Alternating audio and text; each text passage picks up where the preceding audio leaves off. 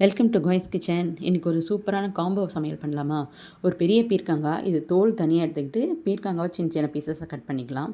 இந்த தோலுக்கு ஒரு 3 காஞ்ச மிளகாய் எண்ணெயில் வறுத்து எடுத்துக்கிட்டேன். இந்த தோலை சின்ன சின்ன பீசஸை கட் பண்ணிவிட்டு அதையும் போட்டு வதக்கி மிக்ஸி கப்பில் மாற்றிக்கிட்டு இந்த காஞ்ச மிளகாய், ஒரு 3 பூண்டு, 1 ஸ்பூன் ஜீரகம், ஒரு 1½ ஸ்பூன் வெல்லம், உப்பு, திராட்சை பழம் சைஸுக்கு புளி லைட்டாக ஊற வச்சுட்டு அதையும் போட்டு மிக்சியில் நல்லா அரைச்சிட்டு நல்லெண்ணெயில் கடுகு உளுத்தம் பருப்பு தாளித்து கொட்டிட்டேன்.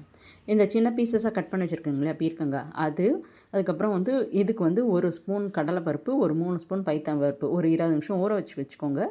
எல்லாத்தையும் ப்ரெஷர் குக் பண்ணிக்கோங்க. அதாவது பீசஸை தனியாகவும் பருப்பை தனியாகவும் ப்ரெஷர் குக் பண்ணிக்கோங்க. அந்த பருப்பு சூடாக இருக்கும்போது நல்லா மசிச்சு வச்சுக்கோங்க. இந்த பீர்க்கங்காயில் நிறைய தண்ணி விட்டுருக்கோம். அந்த தண்ணியை தனியாக எடுத்துக்கிட்டு ஒரு 3 ஸ்பூன் தேங்காய், ஒரு 2 பச்சை மிளகாய், 1 ஸ்பூன் ஜீரகம், இந்த எடுத்து வச்ச தண்ணியும் ஊற்றி அரைச்சி வச்சுக்கோங்க மசாலா. நெய்யில் கடுகு உளுத்தம் பருப்பு தாளித்து இந்த பீசஸ், இந்த மசிச்சு வச்ச பருப்பு, அதுக்கப்புறம் இந்த மசாலா, உப்பு போட்டு ஒரு கொதி மட்டும் நல்லா கலந்து ஒரு கொதி வந்தவுடனே ஆஃப் பண்ணிவிடுங்க. அதாவது தொகையல் கலந்துக்கிட்டு கூட்டு தொட்டுன்னு சாப்பிட்லாம், கூட்டு கலந்துக்கிட்டு தொகையல் தொட்டுன்னு சாப்பிட்லாம். இது ரெண்டுமே இட்லி, தோசை, பூரி, சப்பாத்தி 4த்துக்குமே ரொம்ப சூப்பராக இருக்கும். வெயிட் வாட்சர்ஸு ரொம்ப ஈஸியாக அதை பண்ணிக்கலாம், சாப்பிட்லாம். ப்ரோட்டீனும் இருக்கும், ஃபைபரும் இருக்கும். ரொம்ப ரொம்ப சத்தானது இது.